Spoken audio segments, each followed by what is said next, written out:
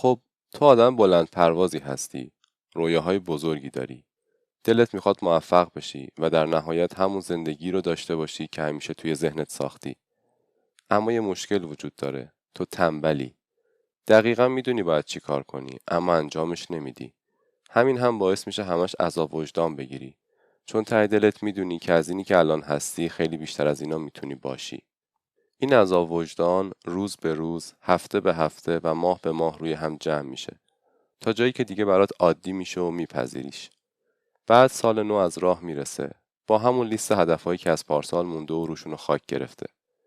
اولش محکم شروع میکنی با کلی انگیزه و یه ذره هم خیال پردازی. اما تا به خودت میای میبینی اهمالکاری دوباره پهن شده وسط زندگیت. دقیقا مثل اون فامیلی که همیشه بی دعوت سر و کلش پیدا میشه. این اهمالکاری که کارات رو عقب میندازی کم کم تبدیل میشه به یه عادت روزانه تنبلی و قبل از اینکه بفهمی به خودت برچسب آدم تنبل میزنی. حالا سوال اینه، چطور این چرخه رو بشکنیم و از دست این تنبلی خلاص بشیم؟ راستش ویدیوهای زیادی تو اینترنت هست اما بیشترشون فقط میرن سراغ نوک کوه یخ، مثل حذف کردن شبکه‌های اجتماعی یا دور کردن حواس پرتی‌ها. این کارها ممکنه تو کوتاه مدت جواب بدن ولی درد اصلی رو دوا نمی‌کنن. ریشه اصلی اهمالکاری رو میشه توی یک کلمه خلاصه کرد: اینرسی.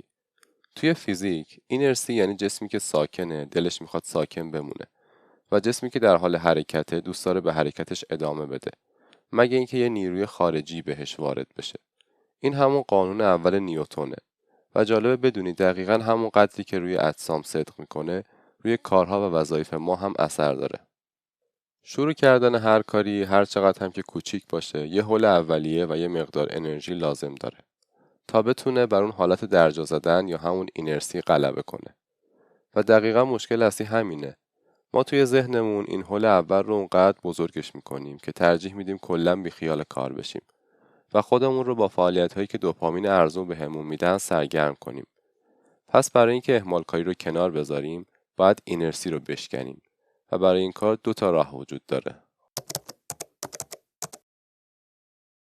شروع کردن همیشه سخت‌ترین قسمت ماجراست.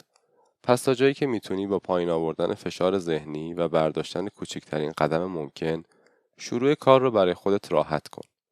مثلا اگه به خودت بگی باید بشینم و یه مقاله 5000 کلمه‌ای بنویسم، اینرسی اونقدر قویه که فلجت میکنه چون فشار کار خیلی بالاست. اما اگه به جاش بگی فقط میخوام 50 کلمه بنویسم، اون حس مقاومت ذهنی خیلی کمتر میشه چون حالا دیگه شروع کردنش اونقدر راحته که اصلا نیازی به اراده پولادین یا انضباط سفت و سخت نداری. اگه حس و حال انجام کاری رو نداری، فقط به خودت بگو که من فقط 2 دقیقه انجامش میدم و بعدش اگه دلم نخواست کلاً ولش میکنم. مثلا اگه حوصله نداری اتاقت رو تمیز کنی، یا آهنگ بذار، شروع کن به جمع و جور کردن و به محض اینکه آهنگ تموم شد تو هم دست از کار بکش. بخش جذابش اینجاست. معمولا وقتی شروع میکنی ناخودآگاه بیشتر از 2 دقیقه ادامه میدی یا مثلا میبینی خیلی بیشتر از اون 50 کلمه نوشتی. چرا؟ چون جسم در حال حرکت دوست داره به حرکتش ادامه بده. یعنی همین که راه میفتی کم کم دور میگیری و همین سرعت باعث میشه کار رو برای مدت طولانی تر ادامه بدی. اولش دقیقا مثل این میمونه که بخوای یه توپ رو سربالایی هل بدی. سخته.